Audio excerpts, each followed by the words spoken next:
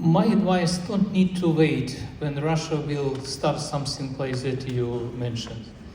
Now is a unique possibility to defeat Russia at once. Hundreds of years, Russia tried to undermine all of our unity in sovereignty of each country in Europe. And now time to respond. I have been working as ambassador of Ukraine to Latvia when war has started. And I remember first huge manifestation in supporting Ukraine when President of Latvia, the prominent scientists, politicians, Egils Levis, said that Putin, through this brutal attack, shocked all of us. And now our time to shock Putin by our unity. My answer is unity. And I allow myself to use quote from a speech of Prime Minister of Poland, Tusk, who said, it looks strange that billion population in Europe ask 300 million of United States to defend us against 140 million Russians that cannot defeat 40 million population of Ukraine. It looks strange because we cannot create system when we united in all of our efforts and to defeat Russia. Our problem is that we have possibility, we have resources, but we have not orchestrated a reaction against Russia immediately what we need. For example, if Ukrainian army needs something exactly now, we not give the same time weapons because we hesitate. Some countries postpone, some countries consider that we need also for defend our country, etc. Because not all of our partners consider front in Ukraine their own front, battlefield.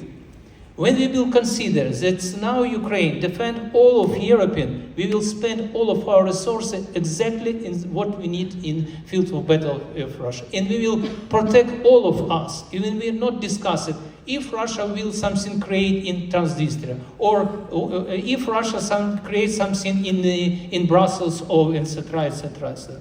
We need to unite all of our existing potential and defeat Russia as a politically, this system. Because if not, after some years after our victory, something happens again, and some new Putin will come and create again the difficulty for all of us.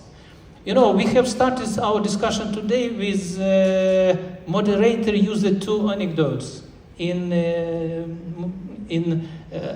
panel with His Excellency President of Moldova. And now I give you one example, my example, how I have conversation with our partners when some partners ask me to be polite and to look into possibility, diplomatic way how to resolve questions with Russia. And after 10 times I said, let me give example how you convert crocodile to be vegetarian.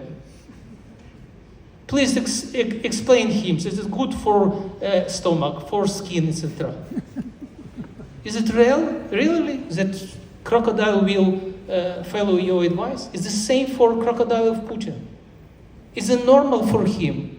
Please remind some episode in video when Putin explained some journalists how he feels his движуха. Движуха is something pleasant. He sent people for killing Ukraine, and we are killing millions of Russians. For him, it's движуха. We need to stop this whole political system. In generally, to stop by sanction, by action of Ukrainian army, uniting all of our society, economy, efforts to protect disinformation and to forbid any possibility to undermine all of us through our efforts. Thank you. Thank you very much. Ms. Tinka, how do you operate as Moldova's partners, Romania and the EU, with such a scenario when it comes to Transnistria? Thank you very much for the question. I would start by saying that indeed in the entire Black Sea region we see a pattern whereby the Russian forces occupy territories and never leave. We used to call these frozen conflicts, but we realized that they are not actually frozen because Moscow is is always ready to ignite a fire whenever it deems useful for its purposes. Without speaking on the name of the Moldovan government, of course, but quoting what Minister Popșoi said also at the beginning of this panel, the solution for Transnistria is the peaceful reintegration of the country, and we have seen the government working for using this pull economic factor for showing the inhabitants of Transnistria the benefits of the European path, but also the responsibilities that come along with this status. But of course, I think the duty of authorities and the duty of partners is to wish for the best and to be prepared for all scenarios. And here I would make a link with one of the previous questions about the meaning of neutrality these days. And I would like to say that countries can be, of course, neutral and weak and vulnerable, or they can be neutral and strong. And one may argue that especially for countries that have chosen, at least for a while, a non-aligned or a neutral status, it is even more important to have strong national defense capabilities and to work with partners closely in order to make their societies resilient. Thank you. Thank you. And maybe one last thought from Minister Popșoi, please. Well, sadly, the question that was posed is not a hypothetical. Because last winter, we actually went through an artificial crisis created by the Kremlin to destabilize the Republic of Moldova ahead of the all-important parliamentary elections. The plan was simple: cut off the gas, create mayhem, and foster a humanitarian crisis that would destabilize the country. Thankfully, our real partners, our real friends, have come to our rescue.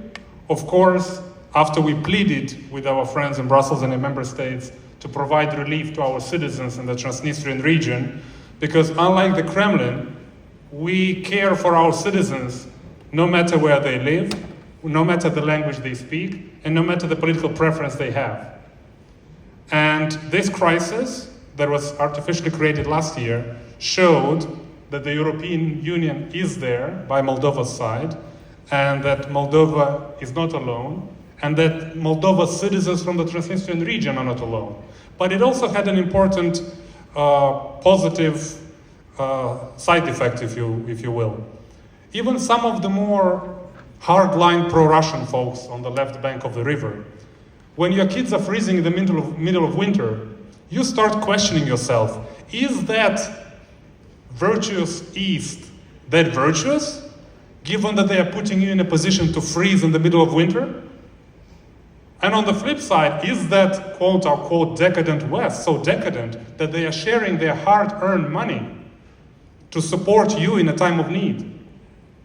So again, sadly, this is not a hypothetical, but fortunately, we've learned from that experience last year, and our citizens from the left bank, and I believe the elites there, have also learned a clear lesson of who the real friends of the Republic of Moldova are. And the solution is clear. It's a peaceful solution of economic reintegration, and the pull factor of Moldova's European integration is presenting a much more attractive image for our citizens of the left bank and for the elites there. Because in a reintegrated Moldova that is part of the European Union, some of the folks there who are running the show now would not need to be afraid of high-rise buildings and open windows. Because in a democratic society, in the Republic of Moldova, part of the European Union, it's the best place for every citizen, no matter, again, their preferences or differences. So we will work with our friends and partners to make sure that we provide security and economic well-being to all of our citizens, even if some actors will continue to work tirelessly to undermine us and to spend enormous resources to undermine us. One last comment regarding our past election and the Russian investment in undermining us. The joke after the election was that there is this effort internationally with the sanctions regime on Russia, and some work, some don't work. But if we want to really have these actions effective, we can have another election in Moldova, and that would really put a big burden on the Russian budget, because they've spent far too much in undermining us, and they were not successful, and they won't be. Actually, you are 3-0 against Russia when it comes to elections, so that's a very good portfolio when it comes to this score. I need one answer and one angle from you, Mr. Wagner, because you together, as a country, Germany, together with Romania and France, you co-chaired the support platform for the Republic of Moldova, and in such a scenario, how would you be ready to help the Republic of Moldova? Well, of course, I think I couldn't put it more eloquently than Minister Popshoy. It's not so much a what-if question here, it's a what-now question, and we've seen this last winter, and I think the EU solidarity overall worked fairly well, and so the answer would be, of course, to use the Moldova Partnership Platform to work for more integration of Moldova into the European energy market, and that's what we should be looking at also through the Reform and Growth Facility.